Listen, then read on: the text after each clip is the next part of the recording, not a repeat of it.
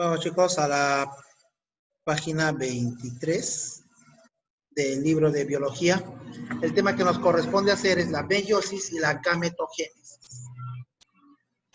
La meiosis ya sabemos que consiste en una duplicación celular en donde se requiere de dos gametos progenitores, diploides, que al unirse al final van a generar 4 células hijas haploides. Y la gametogénesis, como ustedes podrán entender por su etimología, gameto son los primeros gametos del ser humano. En el caso de los varones es el espermatozoide y en las mujeres el óvulo. Génesis, el principio, el inicio. Es decir, lo que vamos a ver el día de hoy es cómo inicia el primer gameto, tanto masculino como femenino. ¿Está bien? Entonces vamos a la parte teórica. La meiosis se va a dividir en dos partes, la meiosis 1 y la meiosis 2.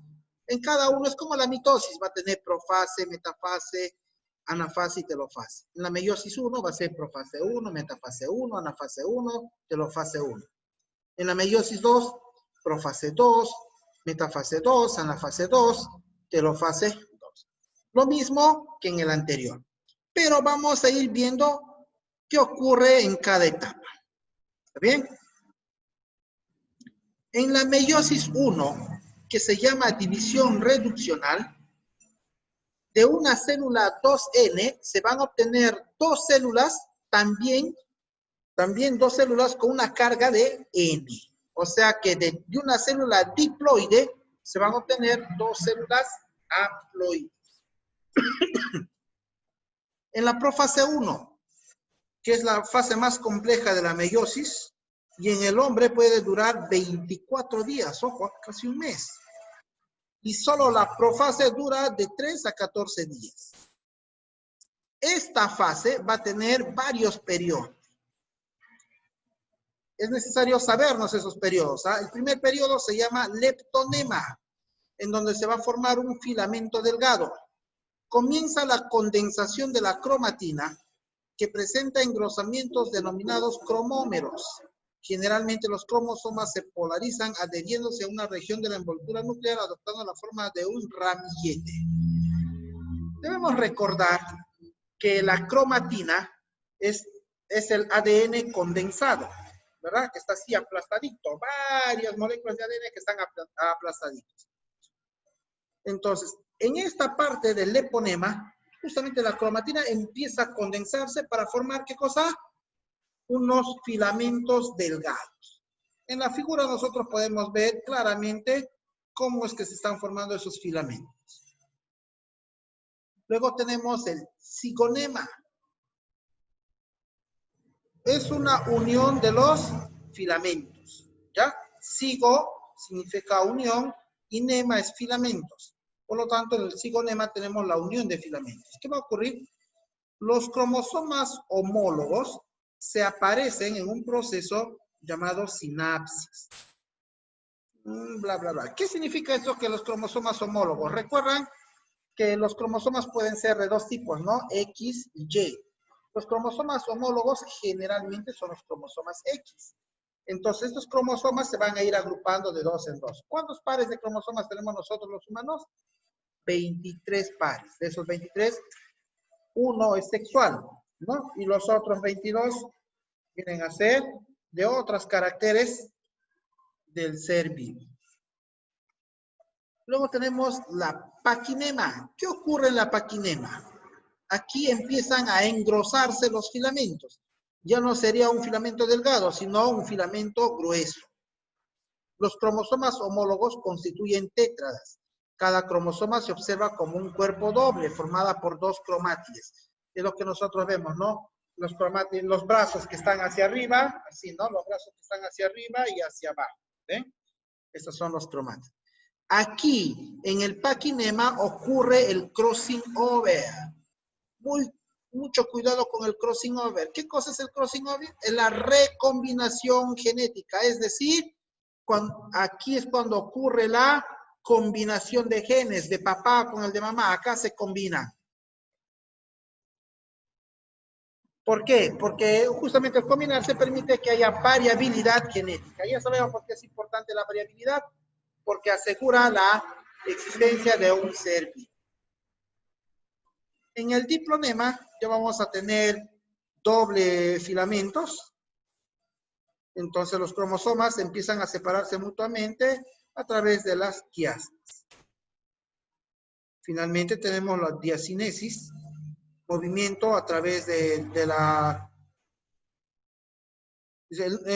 través del quiasma, que es el punto de unión, para separarse los dos cromosomas.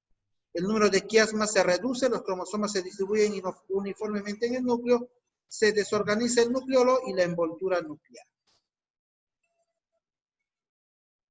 Todo eso ocurrió ¿dónde? En la profase 1. Vamos con la metafase 1.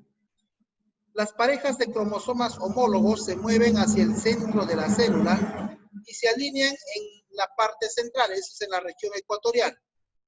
Se encuentran unidos a las fibras del huso con el cinetocoro, formando la doble placa ecuatorial.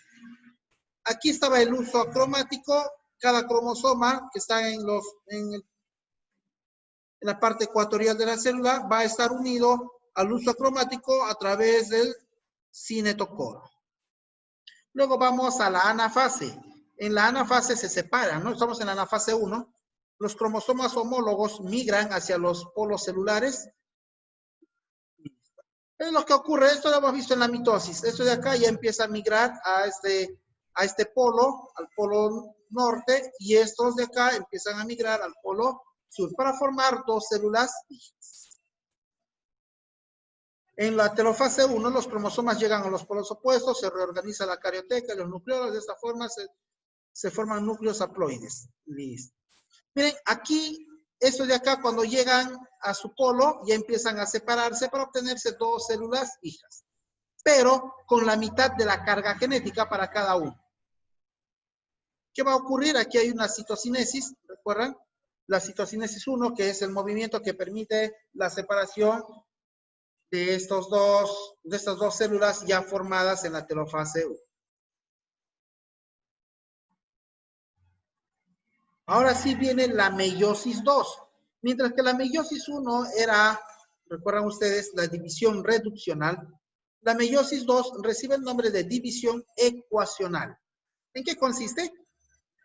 Va a originar dos células haploides a partir de una célula también haploide. Vamos a explicar así gráficamente esto, rapidito. Aquí, esta célula diploide origina dos células haploides, ¿no?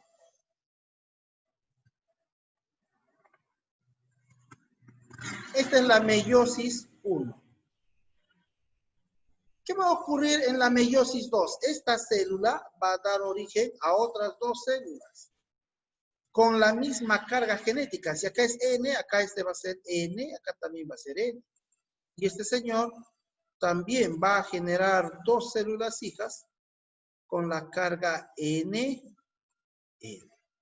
¿Está bien? Todo esto ocurre solo para un progenitor. Lo mismo ocurre para el otro progenitor. Por lo tanto, hay ¿cuántas opciones de combinarse? 8, ¿no? 2 a la cuarta, 16 opciones. Miren, en la meiosis 2, esta parte de acá es la meiosis 2, de esta célula haploide van a generar dos células haploides también. Origina dos células haploides a partir de una célula también haploide, es lo que hemos hecho acá, que se formó durante la meiosis 1. Se nota aquí la diferencia entre la meiosis 1 y la meiosis 2. En la meiosis 1, de una célula diploide se forman dos células hijas haploides. En la meiosis 2, de una célula haploide se van a formar dos células hijas también haploides. No olvidar esa diferencia, ¿ya?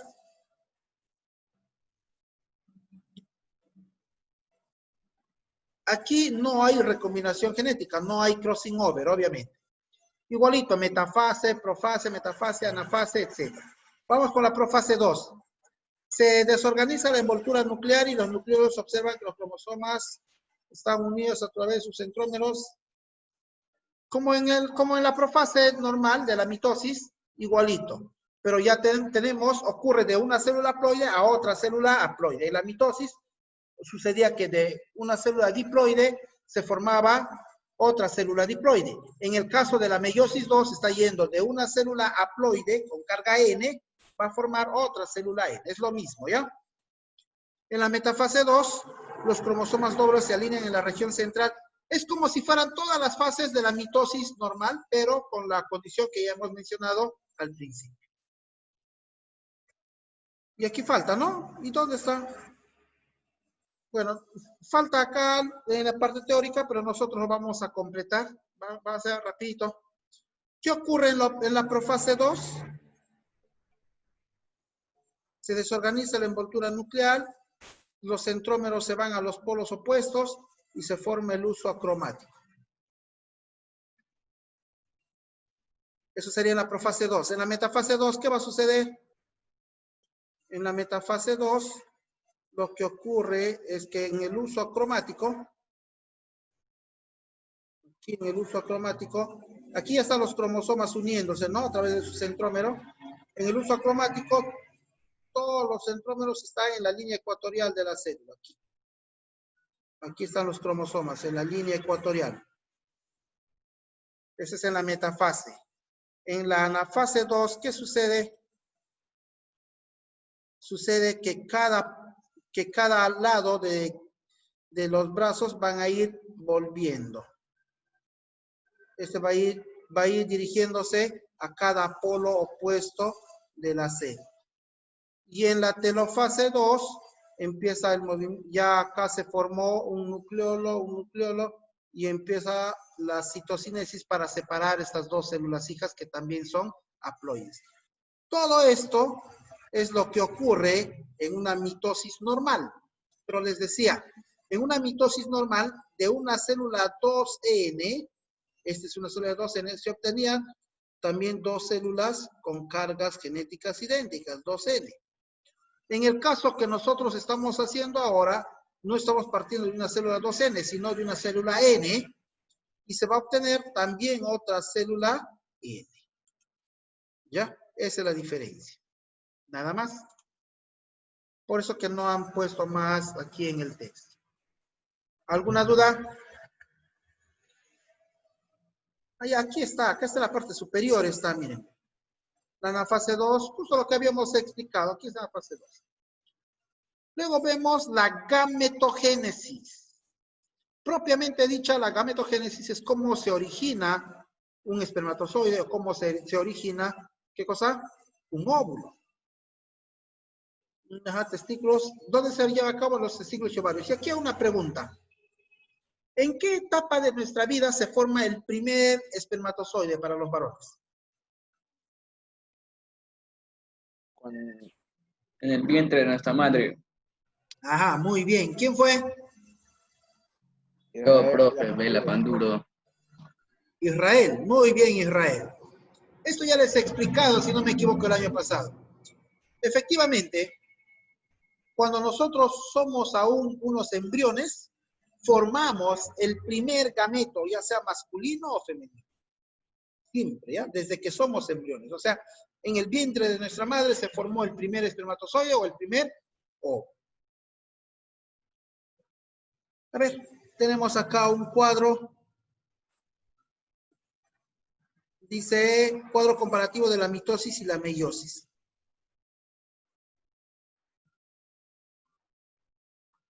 Espermatozoides que da origen a niñas. Origen a niños. Ya, a ver, vamos a ver. Tenemos un gameto que tiene 44XY. Se van a separar en 22X, 22Y. Estos 22X a través de una mitosis, ¿no? En este caso 22 son mitosis, se van a formar en 22X, los de acá, y estos 22Y. ¿Sí? Miren, estamos empezando con una célula diploide, 44XY. Esta célula diploide da origen, recuerdan ustedes en la meiosis, esta célula es 2N, ¿verdad? En la meiosis, esta célula 2N va a dar origen a dos células hijas con la mitad de la carga genética, que son NN. Y en la meiosis 2, este señor va a tener la misma carga. N, N, acá también N y N. ¿Cuál es la diferencia? Que aquí estas N son XX y aquí YY. Ya saben que los cromosomas X van a estar presentes en las mujeres y los cromosomas Y en los varones, ¿no? De aquí que voy a tener un espermatozoide con carga genética de X que van a dar origen a niñas y los que dan origen a los varones. Esto con los espermatozoides. ¿Qué pasa con el ovocito?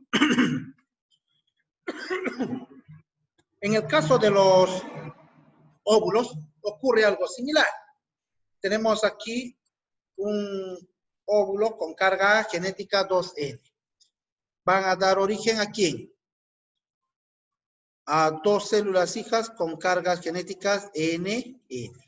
Y estas también van a dar origen con cargas genéticas NN. Profe, ¿y por qué no dan 4 células hijas? ¿Por qué? Porque como todos son iguales, todas van a ser XXX y es de una mujer, no hay problemas. Uno de estos, o cualquiera de ellos, que se una con uno de estos de acá, ya me va a determinar el sexo del nuevo ser. Si se va a unir con otra Y, con una Y va a ser varón. Si se va a unir con otra X, va a ser una mujer. ¿Ven? Y aquí es lo que tenemos nosotros, ¿no? Cigoto de sexo masculino. Aquí cuando se unió, ve, el X se unió con uno Y, este es un óvulo X, cualquiera de estos dos óvulos puede salir, se une con esto y listo. ¿Está bien? Esto ocurre de manera normal por cada ciclo menstrual. Hay mujeres que tienen un proceso bastante complejo, no recuerdo el nombre, pero en donde cada ovario produce uno de estos gametos, ¿no? Normalmente es que este de acá es el que se expulsa y uno es el que queda. Puede darse el caso de que en los ovarios, cada ovario produzca un gameto. Y cuando hay fecundación, tenemos acá mellizos, ¿sí? Eso es los famosos mellizos en unos, cuando las mamás son multigaméticas se les llama. ¿Está bien? ¿Alguna duda hasta aquí? Con eso se refiere a que pueden tener varios hijos, ¿verdad? Por ¿No? decirlo así. ¿Perdón? Varios hijos a la vez, se podría decir. Sí, sí, sí. O Hay situaciones en el caso de los embarazos múltiples, en donde puede ocurrir que puedan tener 2, 3, 4 hijos. Ustedes han oído hablar de los trillizos, cuatrillizos, etc. Vamos a explicar brevemente, ¿ya? Lo normal que ocurre siempre, lo normal que ocurre es que cada ovario produzca un gameto, un óvulo. Los ovarios, ¿no? 2 ovarios que tiene mamá, y uno de ellos produce un óvulo. Supongamos que este de acá, produce un óvulo. El óvulo sale del ovario, se encuentra con un espermatozoide y le fecunda. Cuando este óvulo fecundado, este cigoto, que normalmente ocurre en la trompa de falopio, la fecundación, tiene que llegar al útero. Le toma un tiempo. Lo normal es de 3 a 5 días. Es lo normal. Pero cuando se pasa de ese tiempo, ¿qué ocurre? Este gameto se va a ir duplicando. O sea, aquí había un gameto, ¿no? Ahora van a haber 2. Y cuando eso ocurre, estamos hablando de gemelos. Ojo, escúchame bien. Escúchenme bien todos. Cuando de un solo gameto, de uno de ellos, estos se dividen en 2, estos 2 son genéticamente idénticos. Y como son genéticamente idénticos, van a ser gemelos. ¿Cuándo son mellizos? Los mellizos se dan cuando de un ovario sale un gameto. Del otro ovario sale otro gameto. Entonces, al salir 2 gametos, cada uno de estos gametos es fecundado por un espermatozoide diferente. Acá le fecunda el espermatozoide A, aquí le fecunda el espermatozoide B. Por lo tanto, ellos no son gemelos, ellos son mellizos. En el caso de los gemelos siempre van a ser los dos o son varones o los dos son mujeres. En el caso de los mellizos, como son espermatozoides diferentes, cabe la posibilidad de que uno sea varón y el otro mujer. Pueden ser los dos varones, sí, pueden ser los dos mujeres, sí, también, pero son de espermatozoides diferentes. De aquí se obtiene también el famoso, ¿cómo se llama esto? Embarazo, la superfecundación. En algún momento les he explicado también la superfecundación. ¿Qué consiste eso? De que hayan mellizos de distintos padres. ¿Cómo es eso posible? Sí es posible, hay casos reportados, ustedes pueden entrar al internet, verificar, averiguar, se llama superfecundación. Ya hay casos muy reportados, en donde son mellizos, pero de distintos padres. ¿Por qué? Porque la mujer, mamá en este caso, tuvo que, o presentó dos óvulos de un ovario diferente. Profe, ¿y cómo se forman los trillizos, los cuatrillizos? ¿Cómo es que ocurre? Hay un detalle. Normalmente se demoran de 3 a 5 días, ¿no? Habíamos quedado. Cuando pasa de ese tiempo, aquí este gameto, que eran de dos, de uno solo, se dividió en dos, ¿no? Acá eran mellizos. Si sigue pasando mucho tiempo, este de acá se puede dividir en otros dos, este en otros dos, y ya tengo cuatrillizos. Y así sucesivamente. Pero estos son, ¿qué cosa? Gemelos entre sí. Ahora imaginen que sale de aquí, de un óvulo fecundado, otro óvulo fecundado, demora mucho tiempo en llegar a la trompa de falopio, de la trompa de falopio al útero, demora mucho tiempo. ¿Qué sucede? De aquí se va a dividir en dos, de aquí se va a dividir en dos. Estos dos son gemelos, estos dos también son gemelos, pero con ¿qué son? Son mellizos, con también es mellizo, ¿ven? Pero en el embarazo múltiple no les dice el médico, bueno, tienes dos gemelos y dos mellizos. No, sino 4 mellizos en general, ya, cuatrillizos. Y así sucesivamente. Y hay otro detalle, si se demoran más de 7 a 8 días, de 7 a 10 días en llegar el óvulo fecundado desde la trompa de falopio hasta el útero, ya no se van a formar mellizos o gemelos, sino se forman los siameses.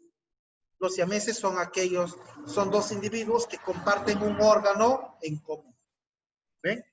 Ojo, el proceso o el tiempo que le toma a un cigoto en llegar desde la trompa de falopio hasta el útero, también va a dar origen a que si son mellizos, si son gemelos, si son siameses, etc. ¿Está bien?